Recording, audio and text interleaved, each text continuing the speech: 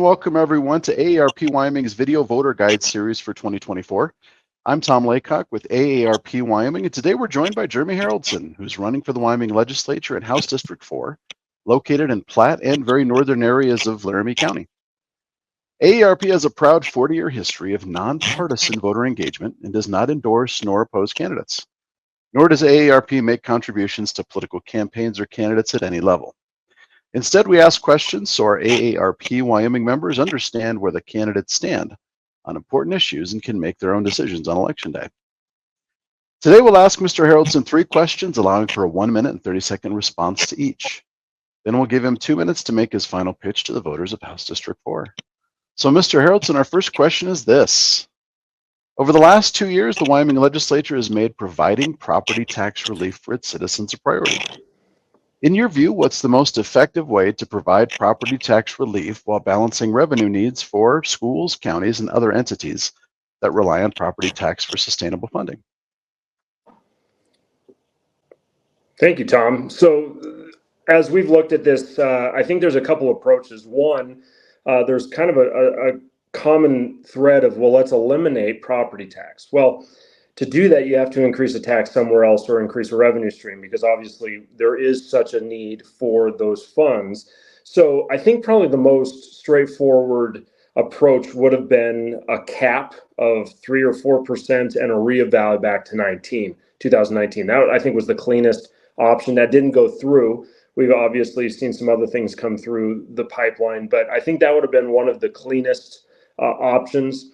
Honestly, other things that I really feel are an option is a buy down, where we do a limited growth government, 10% in savings, and a buyback, where we actually pay down the mills of property tax, which would offer tax relief, yet still fully fund all necessary roles of government. Another thing that I think we need to look into is eliminating property tax for those over 65. And I know obviously we're on AARP and we're talking about this, but I think it's definitely a need, because one of the biggest issues that I have is someone who has worked their entire life, done a great job establishing their home, and then lose it to taxes or are struggling to pay their taxes. And that just isn't right. So I think those are two approaches that we can take to fix the problem. Thank you. Our second question. Wyoming's population of those aged 16 over grew by 47% from 2010 to 2020, while the state's entire population grew just 2%. We know 64% of all nursing home beds in Wyoming are paid for right now by the state Medicaid program. What do you see as the greatest barrier to helping our older adults age in their homes and communities? And what solutions might you provide? So I think one of our biggest barriers that we're fighting right now is an educational piece. People don't understand or realize, the younger generation doesn't understand and realize how important it is that people stay in their homes. If we don't have that, if we lose that aspect, then we at that point have lost so much. Because every person that goes into the nursing home, it's tens of thousands of dollars more than if we kept them in their homes. The other is this quality of life. There's so much more purpose whenever you're in your own home, the place that is yours and that you call your own.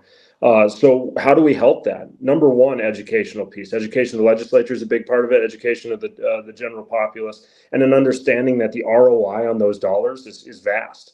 We would be much smarter to spend money on the front side of keeping the aging population in their home than we would be if we turned around and on the backside went and tried to pay those nursing home bills. So it's really important that we understand that a bath, taking care of someone's pills, taking care of maybe the maintenance on their home, that's all it takes to keep someone in their house. And those are very small amounts that need to go out to make reality out of that. So I think education piece, and the second piece is understanding that bang for the buck is about the best we can do, is to keep our aging population in their homes in the state of Wyoming. Thank you. Our third and final question for today is this. Emergency medical services are not considered an essential service in Wyoming, and in some areas, ambulance services do not have a sustainable funding source.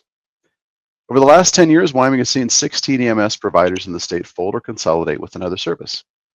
What solutions would you offer for ensuring access to ambulance services in Wyoming?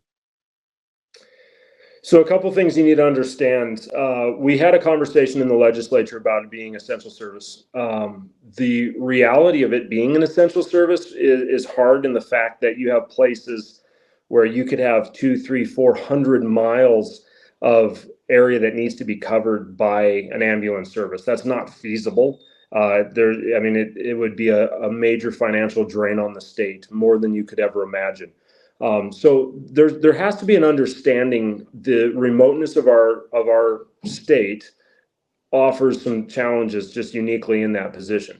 With that, though, we are offering and have opened up the conversation of special districts for EMS services, and that is something that needs to be moved forward. The other thing is this: we need to change the culture around volunteerism again. The volunteer EMS services were what kept this state afloat for a long time.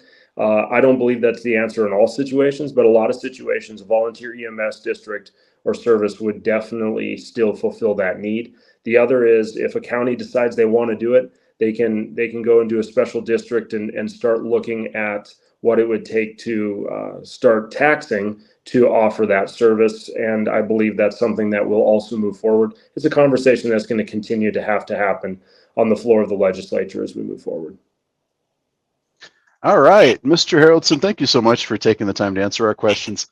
Let's close by offering you 2 minutes to explain why you believe you're the best person to represent House District 4. Thanks, Tom. So over the last 4 years, as I have represented House District 4, I've had the opportunity to truly see the needs that we have as a state and also offer opportunities for solutions. I believe that we're a very unique state. We are probably, in my opinion, one of the last beacons on the hill, lights on the hill of true conservatism in the United States. And I think that's vitally important that we hold that. Understanding what the role of government is and walking in that is also something that's very important and something that I have pushed and have held to very solidly. We are going to be continuing to fight the battle raging in front of us as we hold back the federal overreach. They are doing everything in their power to take and to remove our constitutional rights and our authorities as a state. So pushing back against that's vitally important. The other is energy, the difference between a first world nation and a third world nation's cost-effective, reliable energy.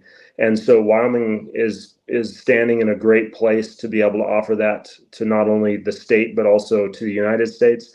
And I think that we need to push incredibly hard back on the federal government and reestablish our energy dominance, as we are finding ourselves mineral rich and have the technology and the atmosphere to be able to make that reality. The other thing that we have to understand too is that as being such a large state spread out like we are, the infrastructure aspects of our state are something we've constantly battled. And I believe that we're going to continue to put more money into that. And I'm dedicated to making that reality. Wise decisions as a government where we can stand in a right balance, doing the role of government well, providing for the people well, yet keeping our tax base low is the goal that I believe that we can continue to move forward with, and something I'm dedicated to. So I thank you for the opportunity to be here today.